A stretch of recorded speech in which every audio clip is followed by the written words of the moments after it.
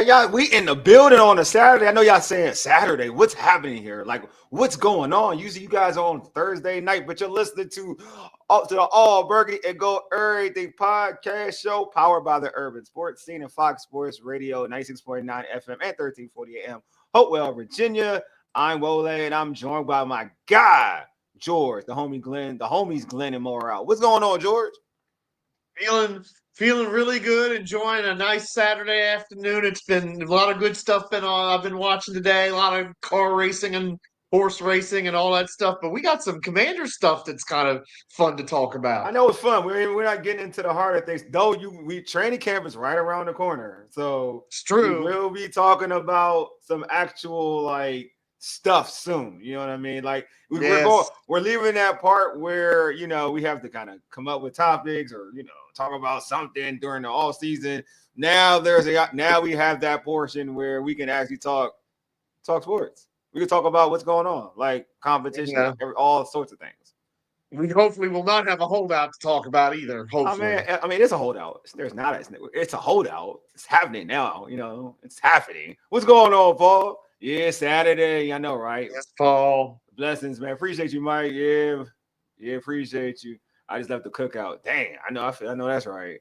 I know that is right. But yeah, man, it's great to be, we're doing this on a Saturday, so something totally different. We wanted to make things happen on Thursday, but schedules kind of conflict where schedules are kind of off.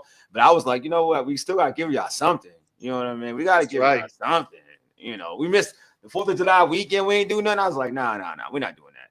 We're not doing that. So we're here now. We're here. But before we tackle the topic for today, hey, we got to knock out some particulars. Subscribe to our podcast on Spotify, iHeartRadio, Apple Podcasts, and other podcast platforms. Just search All Burgundy and Go Errrything. Also, tweet us at ABG_Errrything and hit us up on IG and TikTok at ABG_Errrything.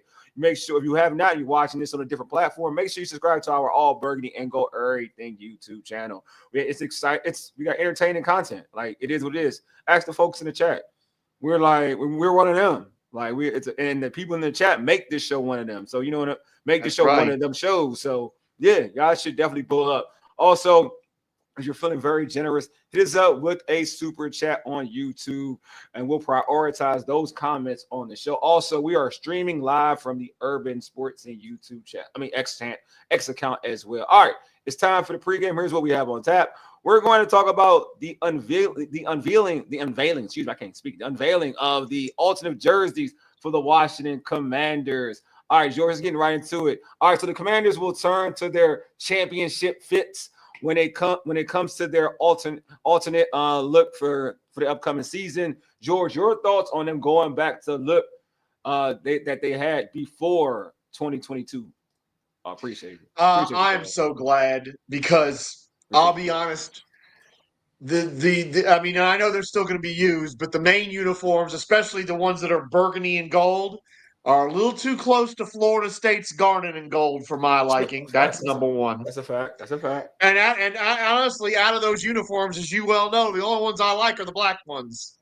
The championship fits are, and I know that some people are like, oh, they're boring or they're this. It's like, I can understand why you say that because, especially if you're a certain age, all you saw those teams do in those units was lose. So I sort of understand where younger members of the online community come from, and the social media community and the YouTube community come from, and why they're not, particularly happy about going back to these uniforms. But if you're my age, Wole's probably a little younger than me, not much. Yeah. Mm-hmm.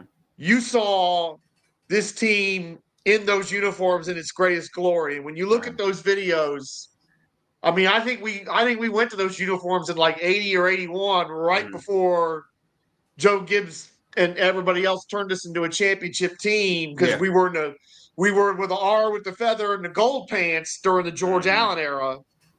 If you see those videos, and it's just, I'm so glad that we are going back to these. I know we're not going back to them full time. Yeah. I would be happy to see us go back to them full time. I loved the burgundy road tops like the one I'm wearing here when they were on the road. I really enjoyed those. So I'm glad to see us going back because, that was a championship era, and we're hopefully about to enter another championship era. So Yeah, I think it's right in so many ways that we're doing this. Yeah, Mike said, what's going on? Mike said, I bet you guys missed the Easter egg in the video where they showed the Burgundy jerseys. We're getting that next year. I think I missed that too. But yeah, that'd be dope, man. I didn't miss it. That would be dope. I like the look. I think Mike is talking about that jersey. That he's talking about what you're referring to. About your is that John Riggins? Yes, it is. Yeah, so like I'm all for it, man. I don't know why they even changed the look of that. Like the look of that's what Mike's talking about. Yeah. Thanks, Mike. Appreciate it. I don't know why they changed. Like, I mean, I know you wanted to change the name. That's fine, changing the name or whatever came with that. But like the jersey itself, I thought like they should have kept that same design. Like that to me, there was nothing wrong with you can keep the W, that's cool. But like that whole design of what this team represented, the burgundy and gold with that clean white, man, like it just resonated with me growing up, man. Resonated with me, man. I know obviously it's embedded in our minds because that's what we knew as champions and playoff contenders and stuff like that. So if you're old enough, that's just embedded in your mind, right? But yes, and maybe there's biases with that, right? But at the same time, like that just looked like a champion to me. You know what I mean? It just fit. Certain things just fit, and to your point, like when they did change the uniform, it did started to look similar to other teams.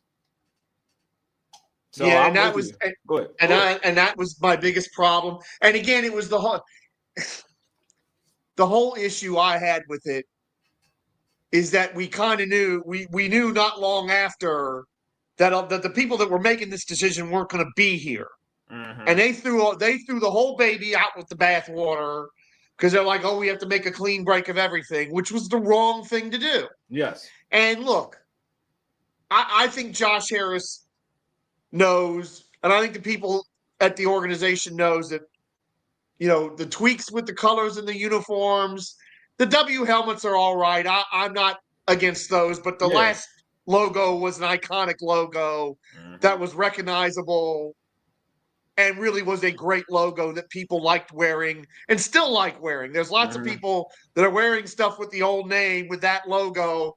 I've got a shirt in there that doesn't have the old name on it, but has that logo on it and I think what I'm glad about is Josh Harris is like, okay, the last regime made some real mistakes here. We're not going to change everything back because we don't want to do that, but we're going to rectify as much of this as we feel like we can. And that's the right move. That is the correct move here. Look, let's remember, this was a fan base that was broken. And yes, winning certainly helps, but we've got to put this fan base back together. Yeah. And we're not there yet because we still have people who are bound and determined to divide this fan base over things like the name, for instance. Yeah. And it's like winning is going to help, but these kinds of things and embracing all our old players and bringing them back into it and that sort of thing, that's the ticket to try to put this fan base back together so that while we're still at FedEx, we can have a home field advantage because we haven't had one. Yeah. And when we get to whatever the heck it's going to be named and wherever the heck it's going to be, we have one there too. No, I do think that this team is going towards the right direction. When you got the starting quarterback, the coaching staff, the regime, the environment, everything just fits right. And I just think that also this jersey, I know even though we're just talking about a uniform, right? But it is bringing, it's bringing positive vibes. You know what I mean? Just like obviously redoing like Sean Taylor statue. There's certain things that like that whole situation, like there's a lot of things that's going on and you're looking at like, all right, like they're on their way to kind of like bring to what you're talking about, bring the fan base together, right? There's not going to be as divided. But I am with you. Like, I mean, in terms of just what it represents, it's all about positive moves going forward. But you still just at the end of the day, you got to win with it, right? All this stuff doesn't matter unless you're winning. You know what I mean? So, but I am like I like the look, and that's something that I want to ask you this question. You talked about it a little bit, but instead of being alternates, like why not make it the official jersey? Like like we used to see back in the day, it was our it was darn near the jersey that was the jersey, and except for certain games on the road, or they would kind of at times go burgundy even when Dallas came to town. Like, so just in your opinion, like, should this just be the main jersey? I would certainly like that to be the case, but I think they're not ready to give up on the other jerseys yet. Mm-hmm. So I think I think it's going to be, here's what I think you're going to see. I think you're going to see 2 or 3 years of people buying up this alternate jersey like crazy compared to the other ones. And then it'll be so apparent to the ownership group, they're going to be like, yeah, I think we can go back. And honestly, would it surprise me if they waited until either A, this team won a Super Bowl, or B, we're in the new stadium to make it official, to go back to the championship era, if you will, if you want to call it that, to those jerseys? That's kind of what I think may very well happen, is that I think if we either win the Super Bowl or get to the new stadium, whatever happens first, I think that's when you can go. That's when you can announce, hey, we're going back to our old jerseys. Because I'm sure they're going to fly off. But I think it's going to take 2 or 3 years of it flying off compared to the other ones before they say, you know what, we might as well just go back. Yeah, Mike says 2026. I can see that. I feel like it's I think the way it's been received, I kind of can see it happening in 2026, Mike. So I do agree. To your point, George, they're not going to be like, you know what, mid-season, they're like, we should just go with these jerseys, right? They're not going to go that route, right? But I do think that in terms of the rollout, I'm with you. Like, I feel like because Josh Harris came out already and stated that, like, he stated already that, you know, this, in terms of name changes, they're not changing the name. So he's already come out and said that. So in terms of what we're looking at in terms of a whole rollout with the uniform or whatever, I do think that 2026 would make a lot of sense. That's what Mike said that's what Kevin Sheehan has been saying. Yeah. You know what I mean? I do think it makes a lot of sense. Because, I mean, it's the closest thing to, like, getting the name changes to have those uniforms. I feel like that would kind of change a lot of people's perspective in terms of the name change. Once you see that uniform, you're going to be like, you're going to kind of like say, it's okay. I mean, you're going to be like, all right, we can deal with the name. Because, you know, I mean, I don't like the name Commanders. I'm not going to lie to you all. But I will say that, like, if I see that jersey, it kind of will block out. I can kind of block out Commanders, right? You can kind of block it out because it reminds you, right? The W's close. Yeah. Like, it's just a W, right? So, you know, substituted, but like something about like that jersey. It's like, oh, okay, this is what I grew up watching. Like, you know what I mean? Like, it's not the team name. It's like, oh, that's what okay. Yeah. You know. Now I gotta ask you this: is there any way to do with the alternates a black jersey like what we have with the new ones? Is there a way to do the championship era with the black jersey? Because you know how much I love the black jersey with the gold trim. I think they look awesome. I think it's the only one of the new uniforms that I like, that I would buy, that I wanted anything to do with. Do you think there's any way to make a black jersey in the championship fit, or is that not possible because that wasn't part of the scheme then?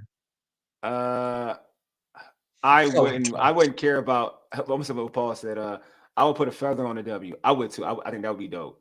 I think we had the R with the feather. Actually, that's probably even more than the previous logo. That's probably my favorite helmet. I kind of like the W. The gold helmet with the R with the feather. I kind of like that. Paul, I like that idea. Actually. I like that, Paul. I like that idea.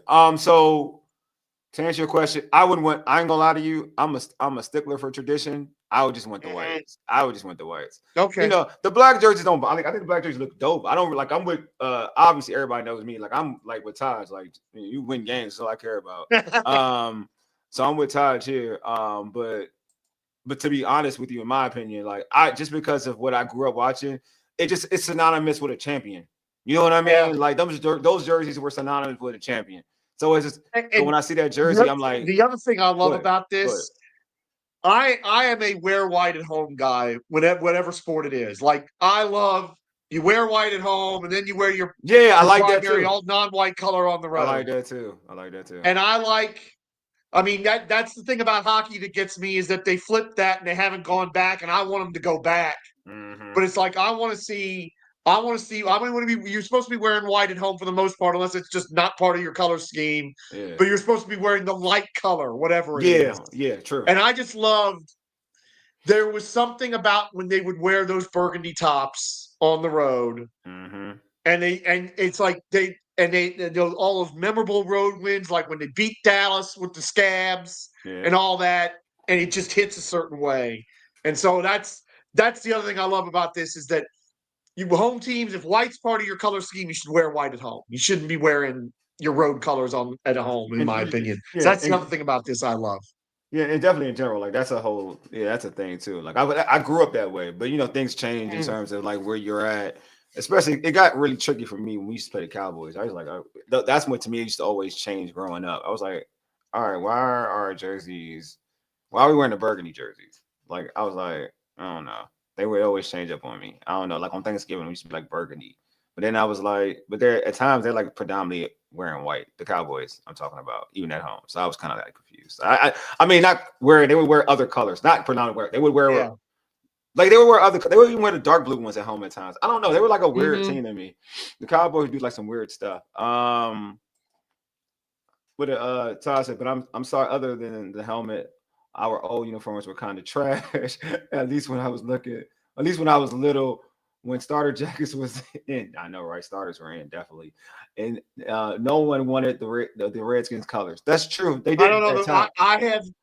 That's true. In my neighborhood, he's right. In my neighborhood, he's right. He's right about that. No, okay. I've got an old burgundy jacket hanging up in the closet. The old starter. Yeah. And I always get comments with that one. You might be right about. He might now be they right would. about the white. They do. You do the burgundy comments. Jackets were fired. You want back then, or you talking about you get comments with it now? Like I'm interested about that. No, I know. Whenever I've wore it out in the last several years, in the rare of course, times that I've been in cold weather and I wear that out, I always get comments. So I'm gonna say, Taj, I'm ain't gonna lie to you. So when the starter, I know what it's limited. That's not even fair because the only starter everybody really messed with back in the day were like the Raiders starter jacket. So that's not even that's not fair. Or Hoyas. Like a lot of people wear the Hoyas. The Hoyas too, like the Hoyas too. Like it was like it was kind of limited. I ain't gonna lie. They were like you weren't gonna wear certain team starters. Like the Raiders and the Hoyas starters were kind of fire. I won't lie. I mean, I would have rocked a at the time Redskin starter jacket because I'm just big on that squad. I'm big on the Redskins. I'm a diehard Redskin fan. I mean, I punch holes in the wall for this team. All right, so after frustrations, Mike said, we need some team personalities and costumes in the stands, like when we had the Hogettes. Oh, I agree. That would be dope too. Yeah. That would be dope. Yeah. That would be dope. No, and that was part of the home field advantage. And Chief not just the Hogettes, Chief Z. Yep. I was watching, I can't remember what I was watching the other day. They were some highlight of them playing on the road, and one of the guys running up to Chief Z and hugging him, and Chief Z was in the end zone for a road game. Yeah. We need fans like that because that was part of it. Yeah. That was part of what made it so great. So yes, Michael Underwood, that is 100% correct. All right. Paul said the white is so iconic, seeing the mud and grass after a big win. Facts. Straight facts. Yeah. Straight facts. Like when they had that game in the rain against the Falcons. Oh, you're the playoff game, right? Yes. That's 91. 91? Yes. Yes. They were talking big cash stuff, the Falcons that back then. I remember that. I remember Michael Haynes, the receiver Haynes. It's Hayes, right? Haynes or yes, Mike Haynes. That's right. Haynes.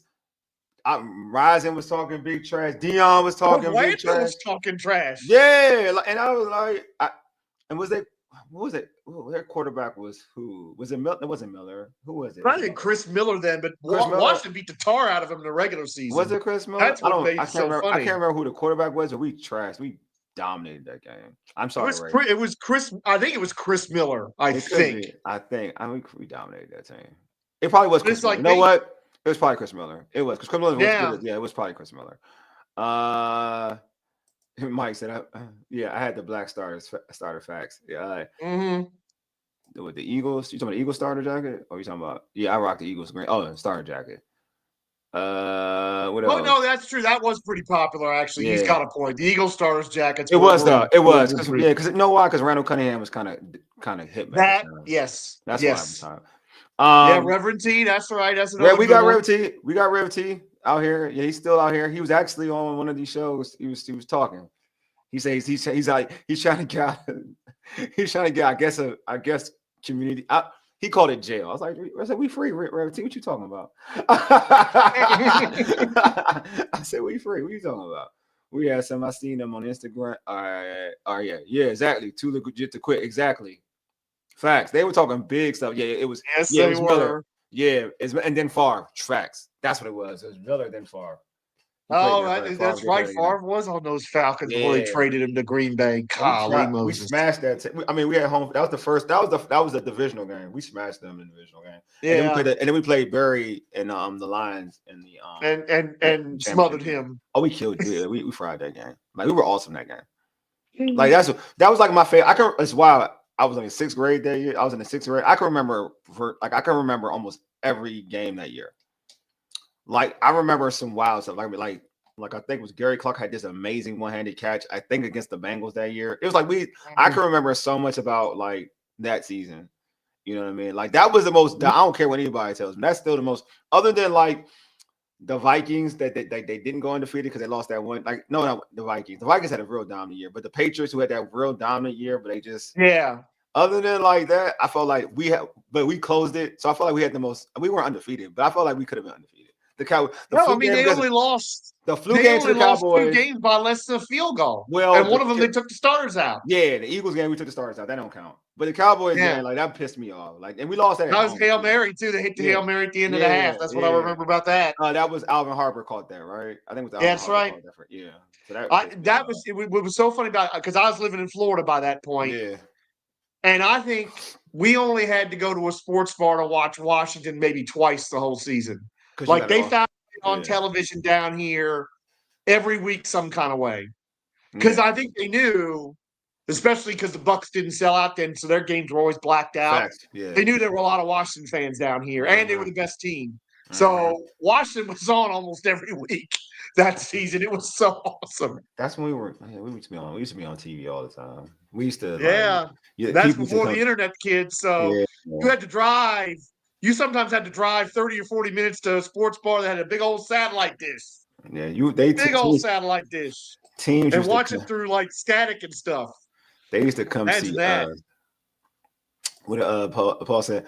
Glad we didn't play Houston in the Super Bowl that year. That's true because Houston should have beat us in the regular season. A guy hooked that kick.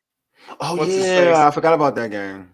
Yeah, that was the worst game because Warren Moon was frying us in that game. He debuted. Warren Moon. That was Warren Moon. I forgot that game.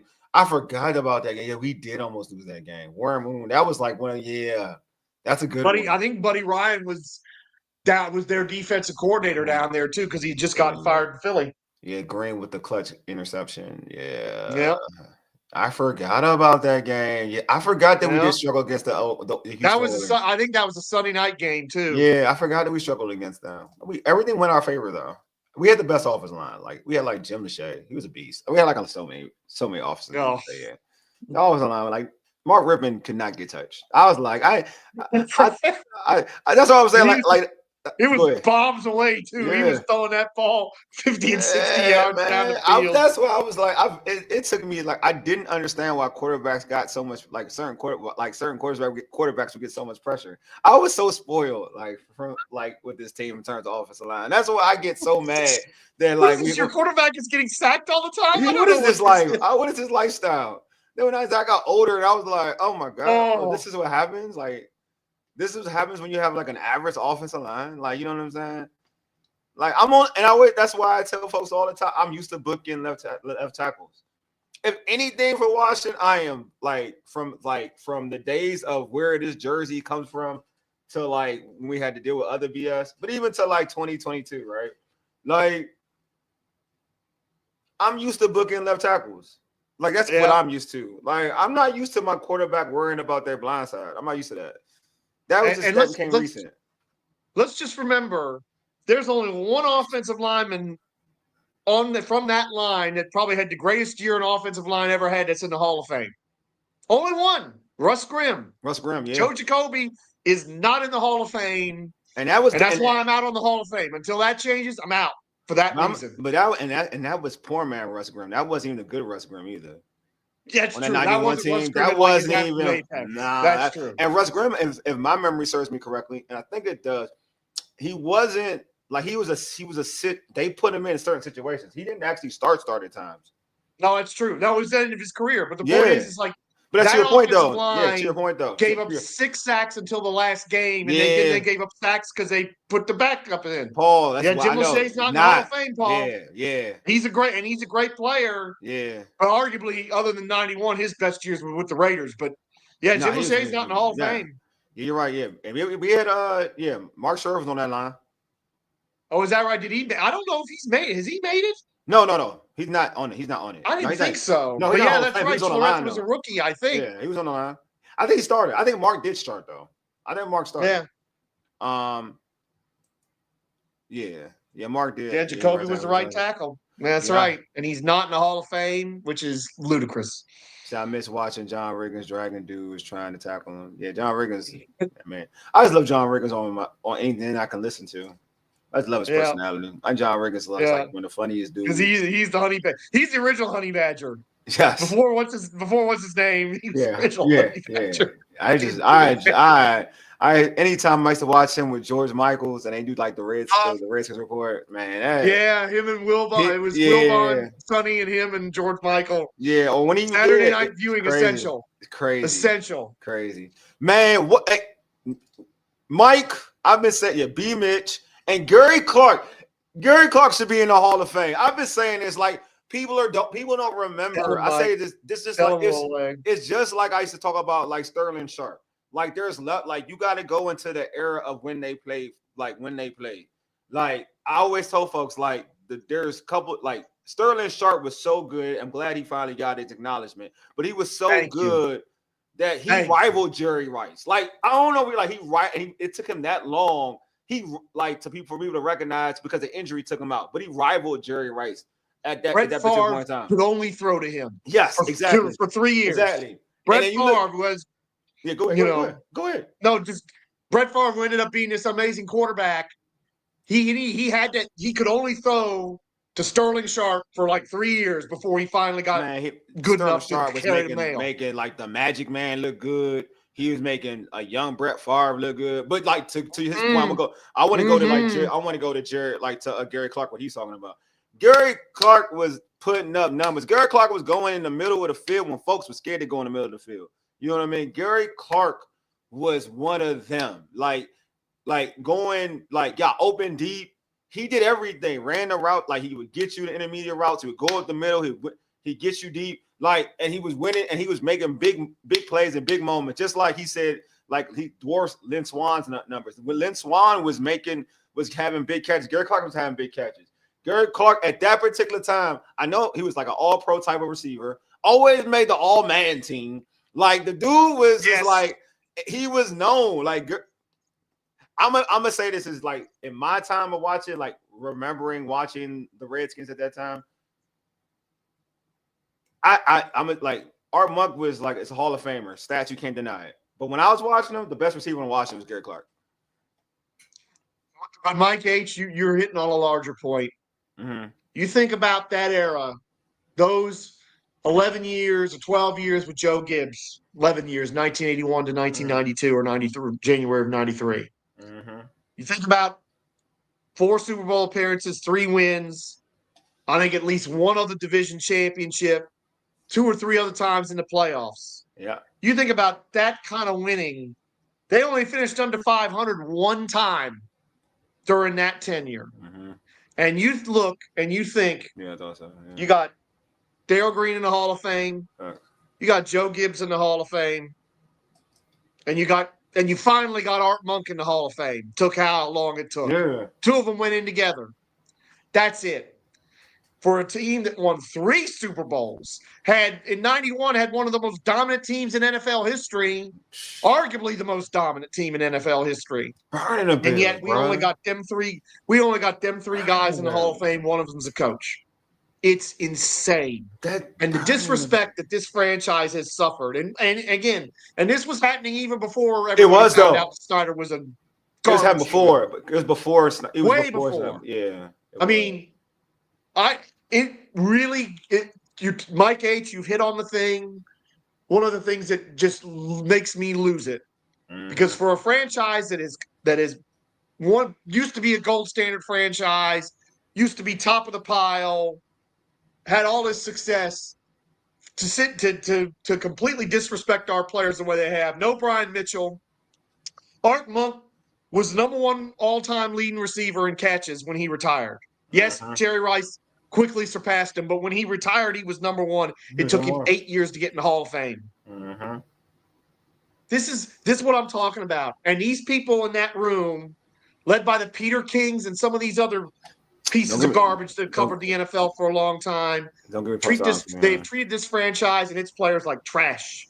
And I'm hoping now that this franchise is going to be a gold standard one again with Josh Harris, that's going to change. They have disrespected this franchise totally. They have treated it terribly, and that's Taj, 100%. That is absolutely right. It's BS. It's got to change. Again, there's such a Larry Brown isn't in the Hall of Fame. That's the other one that blows my mind. MVP of the league as a running back. One of the best running backs in the 70s. If you look at and took unbelievable amounts of punishment again on teams that did nothing but win. Every team George Allen ever coached was over 500. Larry Brown was an integral part of that. He's not in the Hall of Fame. There is such a backlog with Washington, just the Washington Redskins, Commanders, whatever you want to say. Like I said, that's the hell with Hall of Fame until they fix that, because it's baloney. And that's the other thing. I really do think this, and I know it's going to sound crazy. I think the fact that we absolutely took over Canton that one year when Green and Monk went in together. Oh, yeah, we took over that thing. They never seen anything like it. They've never seen anything like it, and I think it made a lot of them mad. They don't want it to happen again because they know it'll happen again. Yeah. People in the burgundy and gold jerseys will just swarm the place like they did that last time. That standing ovation for Art Monk, until we win a Super Bowl again, that is the greatest moment since we won the last Super Bowl. What was it, 5 minutes or 6 minutes or whatever it was. That's my number one moment for me as a Washington fan since then. And there's some things that need to be made right here. Paul got a question. I like this question. So George, what question? Most memorable moments in the white jerseys? You got that's a long list. That's a long list. I mean, I guess I would go. For me, one of the memorable. I'm gonna give you one. It's more recent. It's not like in '91. It'll probably be Sean Taylor, Tampa Bay game, playoffs, scoop in for the touchdown in that playoff series on the road against Tampa. Like that would be one that just sticks out to me. I like Mike Riggins' run. That's a dope one. That's a good one. Just because I'm not old enough for that, but that's a good one. It's just that for me, like, that moment was kind of dope. Like just that, because that game, we haven't been in the playoffs in such a long time. You know what I mean? And just to see like us coming to play and we dominated and we just needed to kind of put the game away. Like it was still kind of hit or miss. And that play like put the game away. You know what I mean? Like it kind of like you knew now, like, oh, they can't see us. You know what I mean? Like that play just stood out to me. Another would probably be, moment, because the like 91 is always like one of my favorite moments. The Super Bowl, multiple plays, like Gary Clark getting open, getting a touchdown. I would say like Gerald Riggs getting a bunch of rushing touchdowns too. That's a goal line back. Yeah, goal line back. It's just so many, because I don't want to say that's a moment because we dominated that year, in my opinion. Like, I'm trying to remember, like there weren't that many close games for us. I would say another one. Oh, I mean, if I had to go with recency, Tana.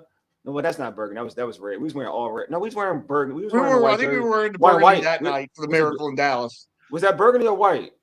I thought we were wearing. I thought it was white. I could be wrong. Make me look it up though. Yeah, look it up. I thought we was wearing white when Tanner had them touchdowns. I swear it was white. Hey, folks in the chat, wasn't it white?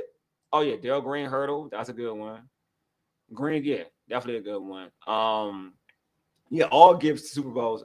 I mean, yeah, it was white. I'm right. It was white. Tanner was white. Okay. And all man, 87. I mean, Ricky Sanders going ham against Denver. You know what I mean?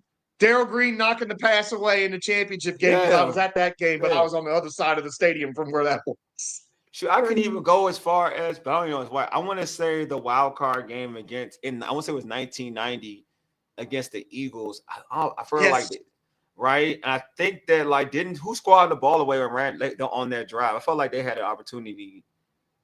The Eagles had an opportunity to win the game, and then we made a defensive stance. I could be wrong, but I'm trying to. But I remember that. I remember the only thing I remember about that game is that I was as sick as a dog that day, but we were still watching it anyway. Yeah. And Buddy Ryan got fired the next day. Yeah. And that was crazy. Yeah.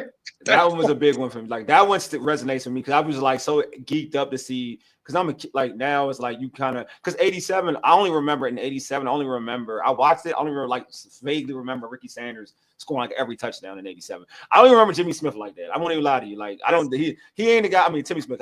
He's not a guy that I like remember. But I remember Ricky Sanders always like the Darryl Green hurdle against Chicago is a great one. That was that was one of the best ones. Yeah, Taj mentioned that one. What else? Yeah, that's a great one. Mike said the Miami Dolphins. Yeah. Yeah, again, I'm not old enough for that one, so I can't put that one in there. Minor fumble and got it overturned. That's which one? That was the was that the Eagles game? That was the Eagles game. Was that the Eagles game? That's the Eagles in 1990, right? If that was probably that's what I'm thinking. I thought Biner's first year with us was 91. No, he was there. About that? He was there in 19. He was there. I believe he was there in 1990. Because I remember the fumble. He was on that team. I remember the fumble for the Browns. He was definitely on that team. We played the Eagles. Yeah, in Philly. He definitely get. Ernest Biner resonates with me for most of. I didn't know Ernest Biner was 1990. I didn't know Ernest Biner was even a Brown until like they kept referencing him that year. I watched every single second of that Browns Broncos game, and except for Sid Green against the Pirates, I never found anything more heartbreaking than Biner fumbling that ball when he's literally about to go in for the game-winning touchdown and send them to the Super Bowl. I do remember that. Yeah, because it was on ABC. It was on ABC. I remember it's a wild card game. It was on ABC. I remember that. Yep. Because I remember getting like so angry, and then all of a sudden it was like, no, he was down. I remember that. Yeah. Brown can't cause a fumble. I guess that's what that goes back to, doesn't it? Yep, it does. Was LeVar's interception that broke the blue string? Yes, that was in white. That was definitely in white because that was at home. Yeah. No, because Marty like wearing that burgundy jersey. I don't know. He did, but I think at home he still wore the whites. It could be. I got to go back and check that one because Marty did like rocking them burgundy at home. Okay. So I don't know. Right. I don't know. You could be right. I'm trying to remember that run. Like that was a big play. And somebody check that on YouTube and remind me.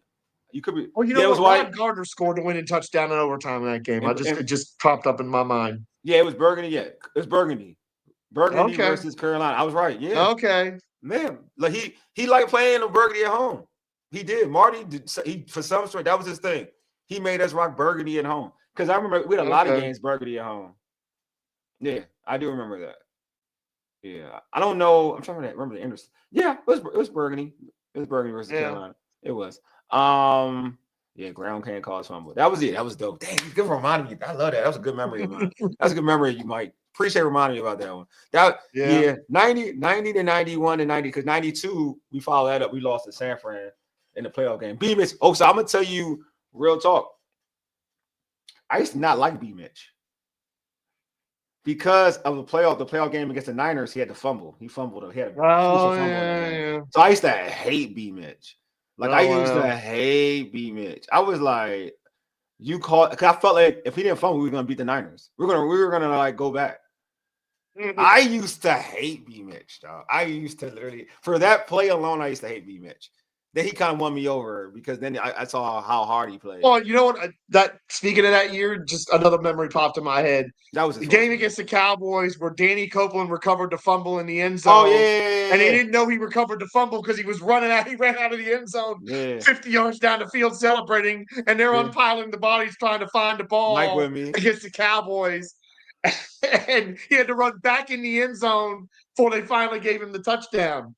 Yeah, Mike when he said we were going to win that game. I know we were going to win that game. And bro, no, that was definitely B Mitch's fault, dog. Like I felt like it was his fault. He ain't secure that thing. That was B Mitch's fault. That was definitely B Mitch's fault. And I love B Mitch. I will say this: Brian Mitchell made up for that with that kick return touchdown in Tampa in '99 when it looked like we were going to the NFC title game and didn't. Yeah, man, I thought we was going to win that one. Brad Johnson was my guy too. Don't get me started. Like that was cut. Don't get me started on Dan Turk snapping the ball 3 feet short. Yeah, I know. Yeah, the Niners came back. Yeah, man, and had them 21-0. Yes, 49ers came back in that game. Yeah, we were up 21-0. I don't think we were up 21-0 in that game. It's not my recollection, but we played them. I know we started good though. I know we was up 21-0. It's been such a long time. Thing is, they might have saved us because I think we would have had to play in Dallas the next week. I don't know. We were beating Dallas in Dallas. We would have beat Dallas. We would have beat Dallas.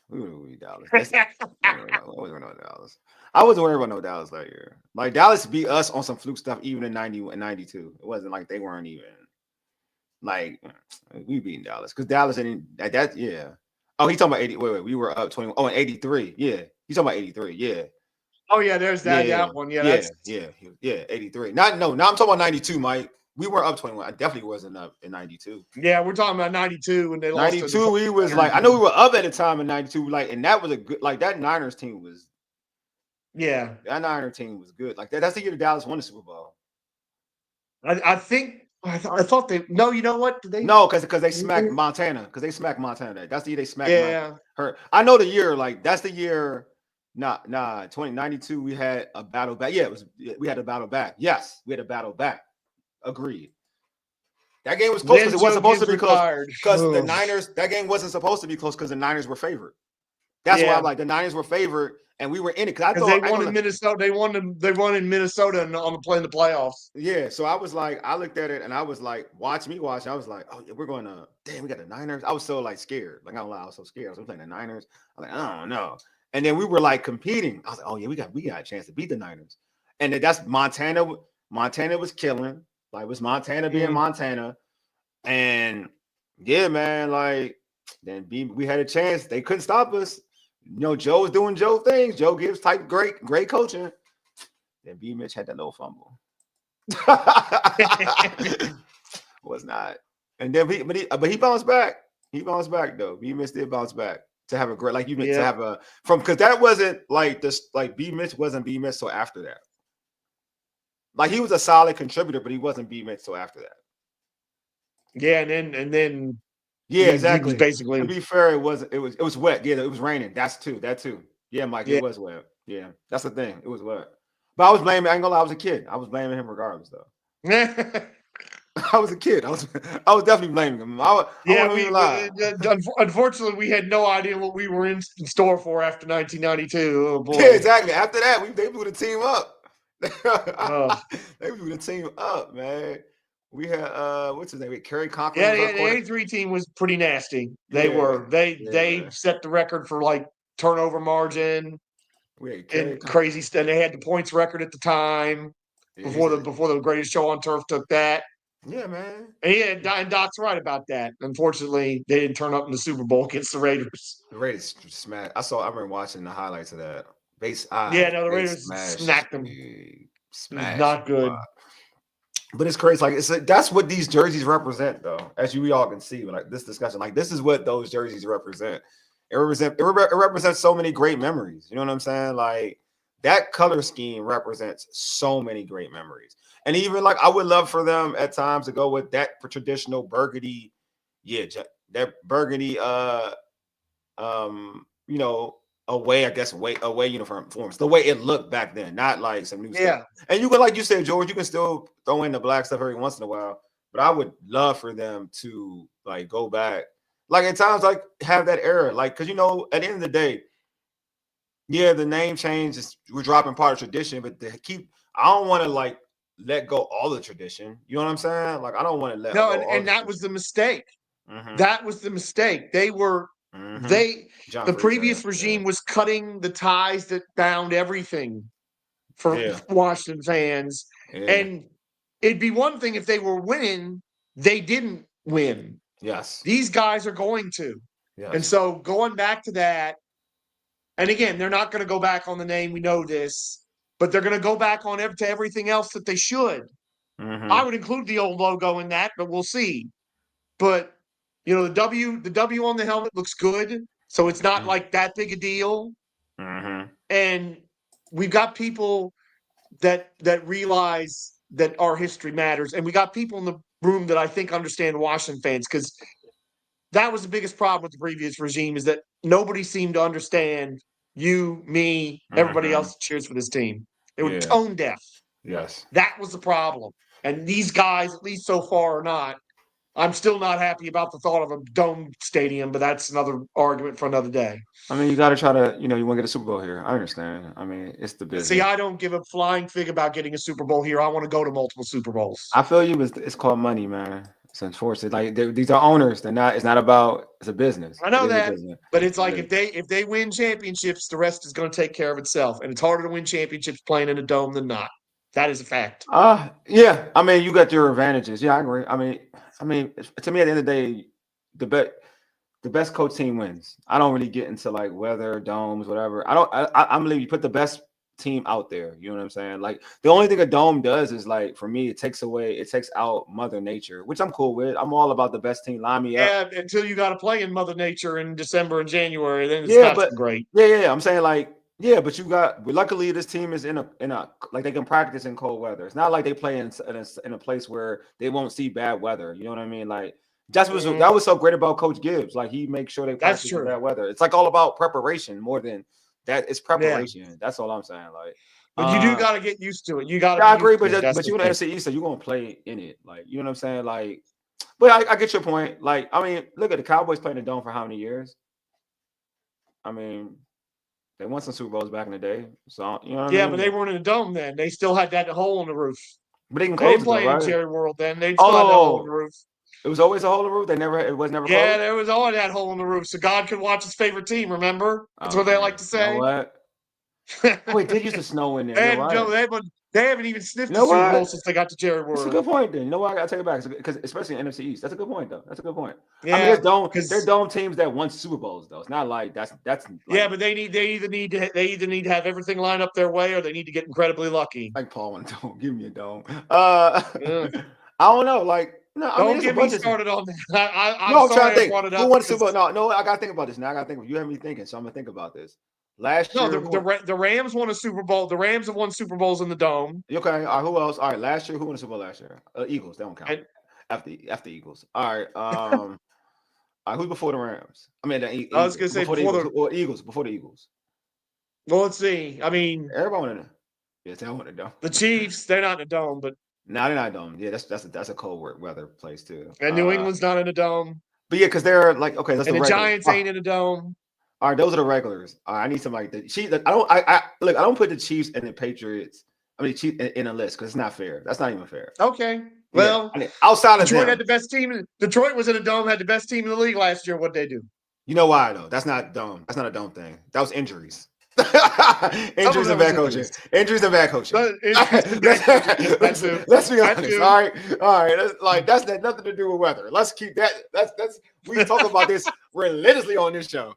Like thank you for not giving the ball to Gibbs. We talk about that all the time. Let's not do it. We can use. Let's not. Yes, keep letting Jared Goff throw the ball. That's a great idea, Ben Johnson. Great idea. That's an awesome idea. Great idea. Exactly. Oh goodness. Oh goodness! I already read this. Will domes even be a thing in 2035? Yeah, we're going to be in the stadium for a while. Will domes even be a thing in 2035? I don't think it's going to be that long. Honestly, I think it's going to be 2030, 2031. We'll be in the new stadium. That would be good. Paul, you got to move. Oh yeah, it might. Oh, sorry. Rams and Colts. Colts did win one. They got to play the Patriots at home in a championship game. Saints. That's true. They didn't have to go outdoors much either. All right, Mike said, well, outdoors. Oh yeah, he said 2045. Oh, okay, gotcha. I mean, Buffalo's not building a dome. Yeah, and that's why they're not winning anything. That weather's too unfair. What is Buffalo won? Hey, Buffalo went to Super Bowls without a dome. I know. I'm talking about recently. You know who went to Super Bowls without a dome and haven't gone to one since? Minnesota. Who? I'm talking recently. No, that's true. I'm just saying, like, Buffalo. But then there's your Patrick Mahomes excuse. Exactly. I agree. McDermott. Exactly. And Sean McDermott. I'm just saying. Bad like, coaching. And also, I would make the argument to your point, like, that's just who Buffalo played in the Super Bowl. I know what you're saying. You're right. I'm just saying there's other circumstances. That's just my point. Buffalo played the wrong teams. The Giants, they should have won the Giants Super Bowl. That one they should have beat. Yes, they should have. I'm going to give it. The Jeff Hostetler was your quarterback. Like, relax, though. You should have won that one. You underachieved. Like Jeff Hostetler won the it was Phil, not Phil Simms, but Jeff Hostetler. So I'm gonna that one. I will say, yeah. Those dang Giants. Wasn't there a coach that hated to have the water pitcher dumped on him? Well, that was sort of the joke with Bill Parcells because the one he hated they dumped it on him every week. He hates that. He hates that. Bill Parcells hated that. You could tell. Tuna hated that. God, I used to hate him as a kid. God, I couldn't stand Bill Parcells as a kid. I did hate him. I used to hate him for Joe Gibbs. Because Joe Gibbs is like my grandfather in life. He's like, I would call him like my grandfather. I love Joe Gibbs. I call Joe Gibbs like football Jesus though. So I'm a little extreme though. Anytime I see him, I call him football Jesus. I really like. You see, but Wole, it's just like what you said. You just talk about the white jerseys and look at this path of nostalgia. I know it does. This is what it does, man. I'm serious. Like when I covered. Like I used to be so impressed when I covered. When I used to cover like Redskins games. I wasn't Commanders. Redskins games. I used to go into when I went in the meeting room. I was like, dang, they said Joe Gibbs right there. I was like, where? I used to be like, where? I think I saw him from a distance one time, and I was like stuck. Like Joe Gibbs gets me stuck. Like something about Joe Gibbs is like you said, like right now it's dope. Like we could talk about this because it kind of gives you that remembrance of like the yesteryears, right? Where we were successful. That's again going back to bring this all together. And I said this before. This is what these jerseys are going to do for the fan base. Like when they are playing, when they announce they're playing in these jerseys, just like the black jerseys, when they announce they're playing a game in these jerseys, that stadium is going to look a certain way.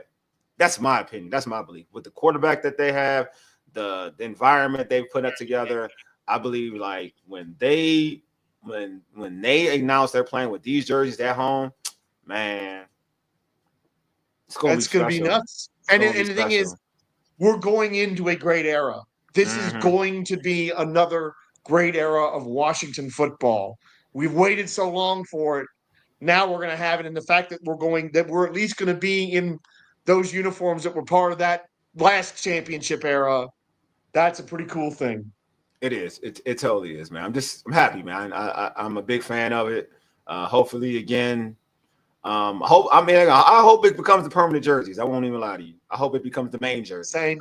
I hope it becomes the main jersey. Well, hey, everybody, thank y'all for pulling up to All Burgundy and Gold Errrything. We do appreciate it. But before we end this show, we got to still knock out in particular. Subscribe to our podcast on Spotify, iHeartRadio, Apple Podcasts, and other podcast platforms. Just search All Burgundy and Gold Errrything. I'm talking about the audio podcast. Also, tweet us at ABG_Errrything. Hit us up on IG and TikTok at ABG_Errrything. And if you're watching this from a different or listening to this on a different channel other than YouTube, hey, go to YouTube and subscribe to our All Burgundy and Gold Errrything YouTube channel. And Errrything is spelled ERR, 3 R's, Y thing. You know, we had to put a little thing. We had to put a little swag to it. We just couldn't say everything. We said everything. So I was make sure you guys. You want to say? Go ahead, George. I know you want to say it. I was gonna say I do miss All Skins Errrything. It just flowed so beautifully. It did, man. All Skins Errrything was so beautifully. When you changed the name, you couldn't have skins no more. I know. But it flowed just. It did, man. I love that name too. Me and Ray and I, we love that name, man. We definitely did. We definitely love that name. That name is always going to be special. All right, man. Anyway, you've been listening to All Burgundy and Gold Errrything, powered by the Urban Sports Scene and Fox Sports Radio 96.9 FM and 1340 AM, Hopewell, Virginia. For ages, deuces, we are out.